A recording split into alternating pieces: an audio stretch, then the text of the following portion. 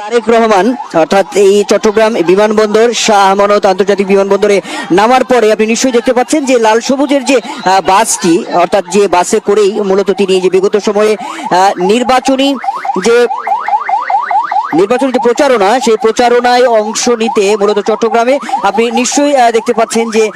এখানে বাসে অর্থাৎ লাল সবুজের যে বাস এবং সবার আগে বাংলাদেশ খচিত যে বাসটি রয়েছে যে বাসটি করেই মূলত আমরা বিগত সময়ে দেখেছি যে সিলেট দিয়ে যখন তিনি নির্বাচনী প্রচারণা শুরু করেছিলেন তারপরের যে একরকম যে জনসভাগুলো তিনি সম্পূর্ণ করেছেন সেই বাসে করে সেই বাসে তিনি এরই মধ্যে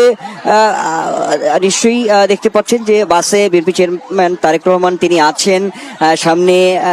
বসে এখানে যারা আছেন বিভিন্ন শ্রেণী পেশার মানুষ সেই সঙ্গে বিভিন্ন স্তরের যে নেতাকর্মী যারা আছেন তাদেরকে তিনি শুভেচ্ছা তাদের সঙ্গে হাত নাড়িয়ে শুভেচ্ছা বিনিময় করছেন। আমরা নিশ্চয়ই আপনার মাধ্যমে আমরা দর্শকদেরকে দেখানোর চেষ্টা করি,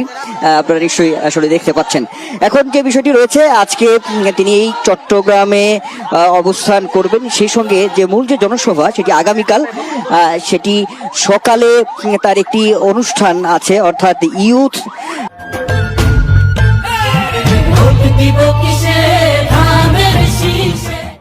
পলিসি টক নামের একটি অর্থাৎ শিক্ষার্থীদের সঙ্গে তার একটি মত বিনিময় সভা আছে। সেটির সময় হচ্ছে সকাল 9:30 এবং সেটি শেষ করে চট্টগ্রামের যে পোলো গ্রাউন্ড যে মাঠটি রয়েছে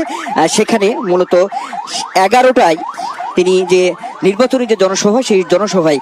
অংশগ্রহণ করবেন এমন একটি সূচি তার রয়েছে কালকের আগামীকালের যদি বলি। এবং চট্টগ্রামের এই জনসভাটি শেষ করে তিনি ফেনীতে একটি জনসভায় অংশ নেবেন এবং সেই সঙ্গে কুমিল্লাতে আরো 3টি জায়গায় জনসভা তিনি করবেন এবং সেই সঙ্গে রাতে নারায়ণগঞ্জে একটি জনসভায় তিনি অংশগ্রহণ করে তারপরে তিনি আসলে ঢাকা ফিরবেন এমন একটি কর্মসূচি কিন্তু তার আগামীকাল রয়েছে। নিশ্চয়ই একটু দেখানোর চেষ্টা করি এখানে যে খুব ধীর গতিতে এই বিমানবন্দরের যে রাস্তাটি ভেতরে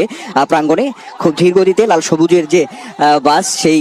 বাসের মধ্যেই বিএনপি